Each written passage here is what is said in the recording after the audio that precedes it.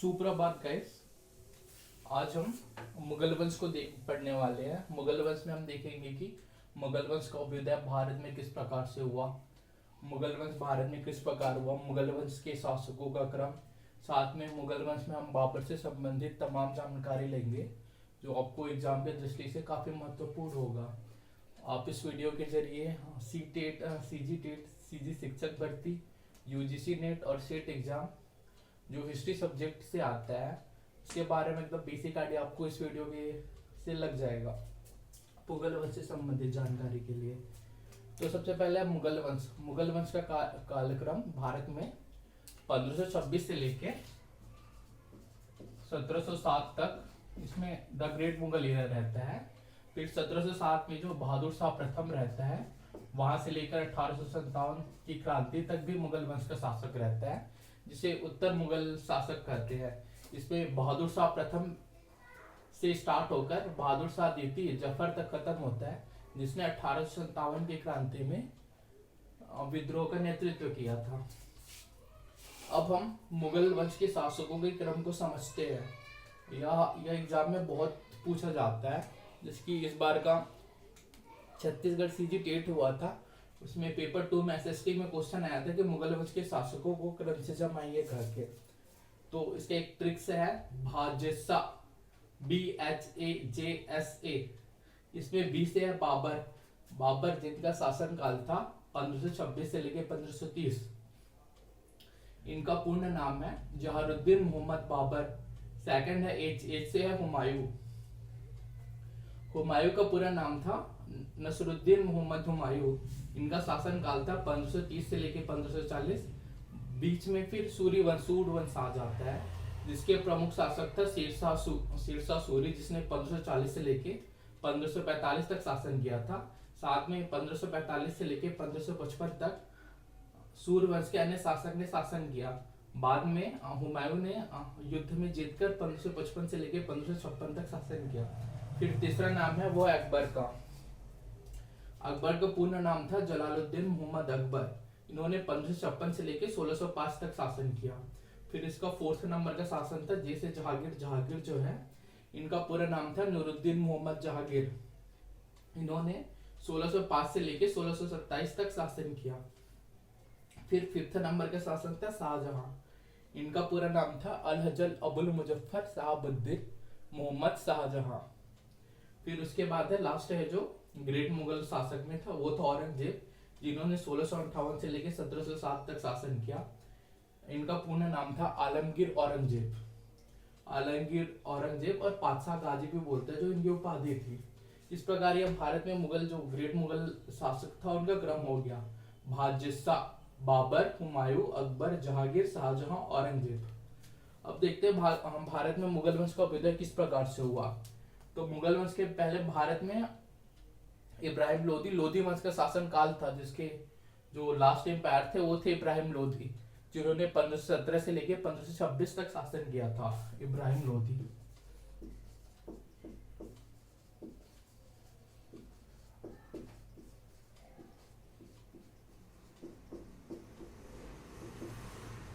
ये लोधी वंश के अंतिम शासक थे, जिन्होंने 1517 से लेकर 1526 तक शासन किया था।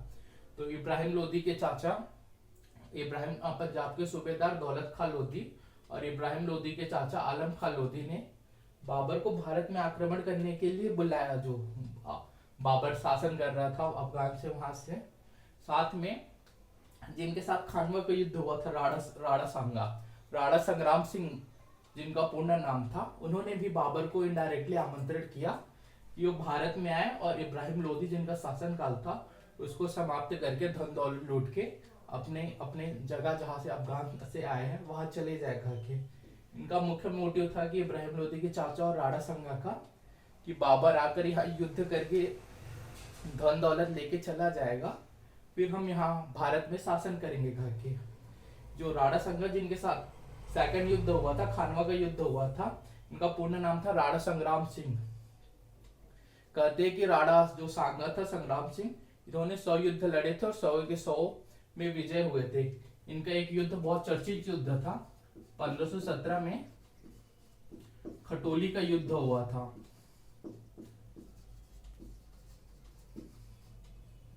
खटोली का युद्ध हुआ था, या 1517 का युद्ध खटोली का इब्राहिम लोदी के साथ हुआ था। इसमें जीतने तो राणा संगा राणा संग्राम सिंह विजयी हुआ था, लेकिन इनका बायां हाथ इसमें कट गया था। ठीक है, ये 1517 हुआ। अब हम मुगल वंश के प्रथम शासक बाबर के बारे में जानते हैं। बाबर ने 1526 से लेकर 1530 तक भारत में शासन किया था। इनका पूरा नाम था जहारुद्दीन मोहम्मद बाबर, और इनकी उपाधि थी बादशाह, कलंदर, साम्राज्य निर्माता इत्यादि की बाबर को उपाधि प्राप्त थी। पितृवंश की दृष्टि से देखा जाए तो बाबर तैमूर का 5वां वंशज था, और मातृवंश की दृष्टि से चंगेज खां का 14वां वंशज था। बाबर ने जो प्रमुख युद्ध लड़े थे उसमें था पानीपत का प्रथम युद्ध। ये 21 अप्रैल 1526 को इब्राहिम लोदी के विरुद्ध हुआ, और इस युद्ध में बाबर विजयी रहा। इब्राहिम लोदी के विरुद्ध बाबर के जीतने का मुख्य रीजन था उसकी तुगलुमा पद्धति, और जो उस्मानी विधि जो उन्होंने तुर्क से सीख के आई थी, उसका वह इब्राहिम लोदी के प्रति युद्ध में उसका प्रयोग किया था। साथ में बाबर ने जो पानीपत के प्रथम युद्ध था, इसमें ही प्रथम बार बारूद का प्रयोग किया गया था। पानीपत को देखा जाए तो पानीपत के 3 युद्ध हुए थे। पहला युद्ध बाबर प्लस इब्राहिम लोदी का हुआ था 21 अप्रैल 1526 में। सेकंड युद्ध 5 नवंबर 1556 को अकबर वर्सेस हेमू के बीच हुआ था, हेमचंद्र विक्रमादित्य, 5 नवंबर 1556 को। और पानीपत का जो थर्ड युद्ध हुआ था वो 14 जनवरी 1761 को अहमद शाह अब्दाली और मराठों के बीच हुआ था। तो इस प्रकार पानीपत के 3 युद्ध हुए थे। और सेकंड जो युद्ध था वो खानवा का युद्ध था, जो 1527 ईस्वी में हुआ था। यह युद्ध बाबर वर्सेस राणा सांगा, जिनका पूर्ण नाम था राणा संग्राम सिंह, के मध्य हुआ था। कहा जाता है कि पानीपत के प्रथम युद्ध से ज्यादा निर्णायक युद्ध पानीपत का द्वितीय युद्ध था। इसमें बाबर हार के कगार पे था, लेकिन उन्होंने अपने जो सेना थे उन पे जोश भरा और कहा कि और उनको व्यापारिक कर जो तमगा रहता है उनसे मुक्त करने की बात की, और अपने बादों से उन पे जोश भरा, और अंत में बाबर ने खानवा के युद्ध में विजयी रहा। और बाबर का जो तृतीय युद्ध हुआ था वो था चंदेरी का युद्ध, जो 1528 में हुआ था, जो मेदिनी राय के विरुद्ध हुआ था। इसमें भी बाबर विजयी रहा। और बाबर का अंतिम युद्ध घाघरा का युद्ध हुआ था, जो 1529 ईस्वी में था, जो बंगाल एवं बिहार के जो अफगान थे उनके विरुद्ध हुआ था। इसमें भी बाबर विजयी रहा। यह जो घाघरा का युद्ध है 1529 का, जिसमें बाबर अफगानों के विरुद्ध लड़ा था, यह जल एवं थल दोनों में हुआ था। ये वाला युद्ध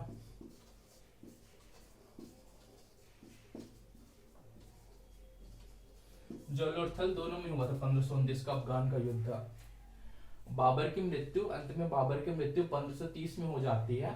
इसे आगरा के आराम बाग में पहले दफनाया गया था। बाद में इसकी कब्र को उखाड़कर अफगानिस्तान की राजधानी काबुल में दफना दिया गया। वहीं पर काबुली बाग है।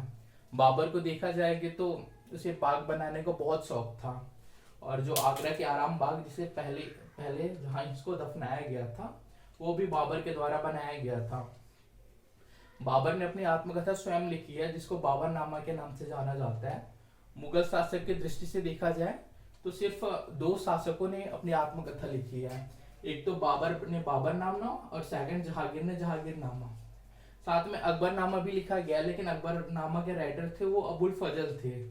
तो बाबरनामा जो लिखी गई है, बाबर ने अपनी आत्मकथा, उसमें उसने आम फलों में आम को सर्वश्रेष्ठ माना है। भारत में हाथियों के बारे में चर्चा की गई है। यह बाबर की आत्मकथा बाबरनामा में प्रमुख रूप से उल्लेख मिलता है। Thank you so much.